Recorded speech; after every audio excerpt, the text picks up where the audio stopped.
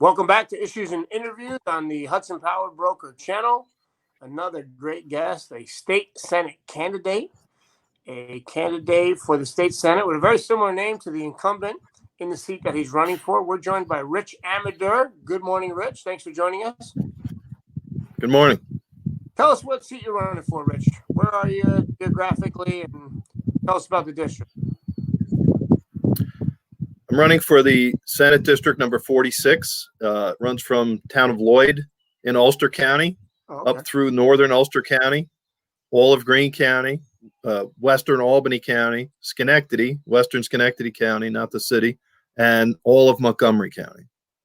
Okay, and it's currently the district that for the last few cycles has been represented by George Amedure Jr. and you're Rich Amedure Jr., slightly different spelling, both Republicans, and you're running for the open seat because George is retiring. Correct. All right, and your opponent is the daughter of Maurice Hinchey, who I had the chance to meet a little bit. Maurice Hinchey, I never met the daughters. What's the daughter's name? Your opponent? Michelle Hinchey. Michelle Hinchey, okay.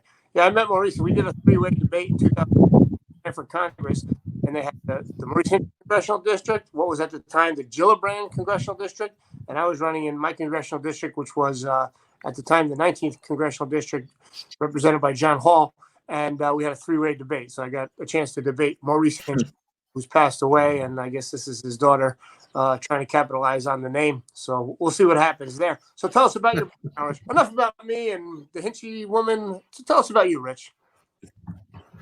Last 31 years of my life, I served in the New York State Police, almost all of it in the district that I'm serving, northern Ulster County. Our zone was Ulster County and Greene County, so I did that. I was in a Greenville satellite up in Greenville, New York, northern end of Troop F I was a member of. And then in 2010, I got elected to the PBA, which is the union for the state police. Represented Troop F members for 5 years. I was on the board up in Albany. And then in 2016, an opportunity came up, and I became the vice president, executive director of the Troopers PBA. So I ran 2 statewide elections. It was very good experience politically, and it brought me into the political knowledge a lot greater than I had before that. I was always involved on the local level, the local political level, but then once you're involved in statewide issues, you definitely get pulled in a little further. So you're a great person to talk to right now with everything that's happening in the world, in the state, with what happened legislatively in Albany the last 2 days, yesterday and around. After a long debate and a lot of grandstanding by my Democrat colleagues, the repeal of Section 50A of the Civil Rights Law came to be. It was repealed. I think the governor says he'll sign it as soon as he gets to his desk. Your thoughts on that particular piece of legislation? Yeah, 50A, what they minimize the fact that it's a civil rights law. It's not an executive law. It's not a police-only law. It was a civil rights law because when they passed the Freedom of Information laws in the 70s, that gave people access to police officers' private information, and this was actually violating the civil rights of police officers. It was found, and they passed this law in the mid-70s. It served us very well for the last, not just the police, but it served everybody. They try to make it sound like there was no access to these background investigations and but there was oversight. Anybody who was in an oversight position had access to it.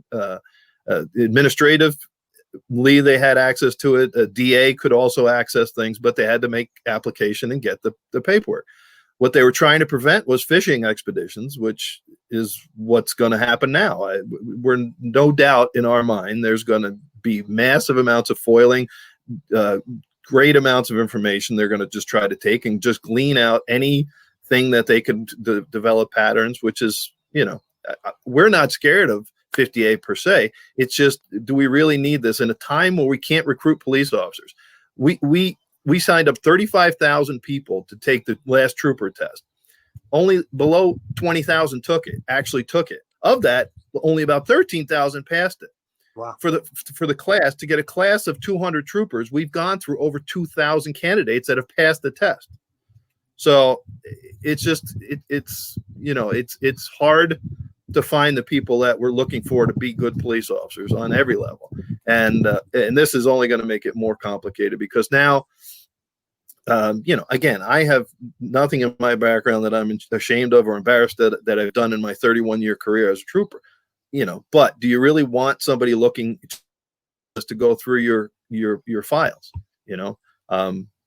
Senator Galvin, I went to one of the hearings when they did have hearings on this last year, and he asked the press, well, who goes through your background? Who checks your complaint status and all that? So they didn't like that. Oh, they said, well, we're in a different role, and we have editors that check us. Well, we have DAs, we have levels of inspection, and you were a military guy. I was also in the military.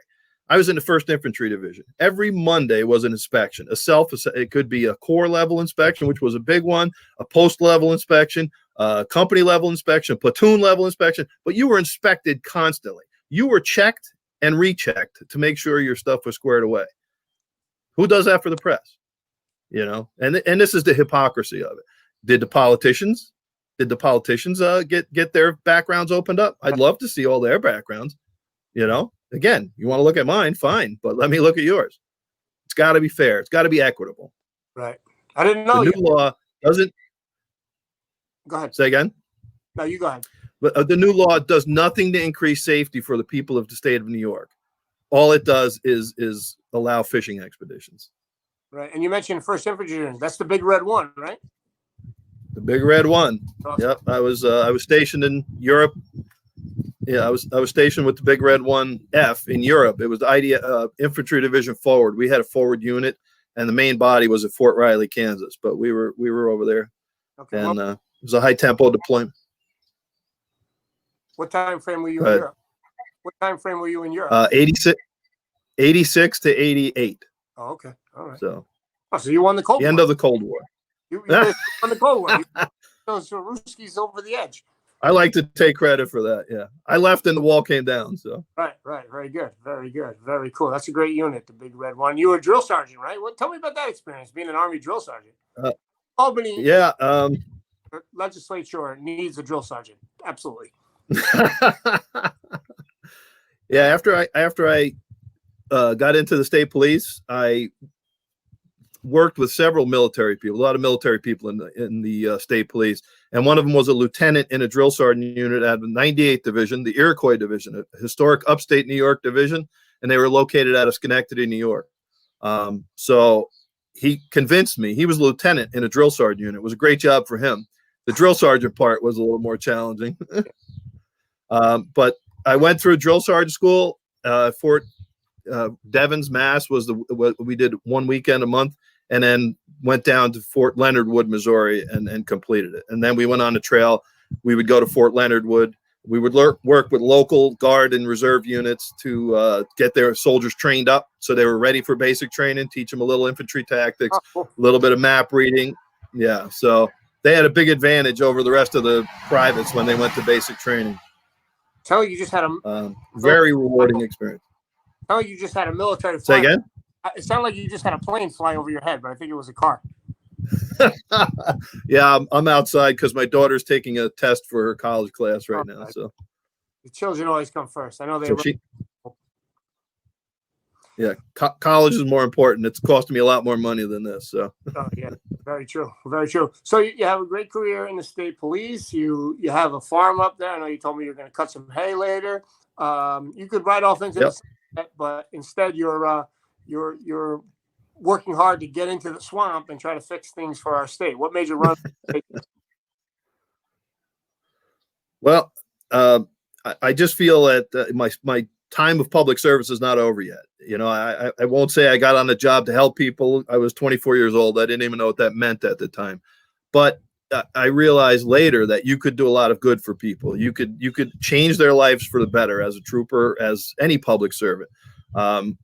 Later on, I went on to be a planning board member. I went down to town to complain about a subdivision that was happening near me. They put me on the planning board, and 10 years later, I was chairman. So I'd been chairman for the last couple of years of the planning board in my local town. So again, I feel those who can should do and should give back to the community. And I'm not done giving back. And I could have rode out 2 more years I had on my term up at the PBA. I had a very good life. My son is in the military now. He's a guardsman down in Leeds, New York. just reenlisted the other day for another short tour. He extended more than a reenlistment, but he loves what he's doing now. He believes in the military, and he's got the support. It's always good to have a commander-in-chief that supports you. I worked under Ronald Reagan, so that was probably very cool. Pretty good. A great honor. Reagan and you together. That's what brought down the wall. Amedure and Reagan. Yeah. So, and then I had the pleasure of working under Bill Clinton. I'll put it that way. And then and again under Bush. So it's interesting. The commander-in-chief definitely sets the tone and lets you know how valuable you are to them. And my son joined under Obama, so that, you probably served under Obama also. It wasn't the greatest time for military folks because it just didn't feel like they appreciated the work we did, and they didn't understand it. I was Clinton and Bush. I was in the Marines, and Bill Clinton, and then President Bush became president. Right. So a little bit different. In fact, I was having a little trouble hearing you. All right. Hey, why don't we wrap it up, George? Give us just the information. I'm sorry, Rich. Why don't we wrap it up, Rich? Give us information. People can learn more about your campaign, Amedure for the state senate. Where can we find more information? Yep. We have a website, AmedureForSenate.com.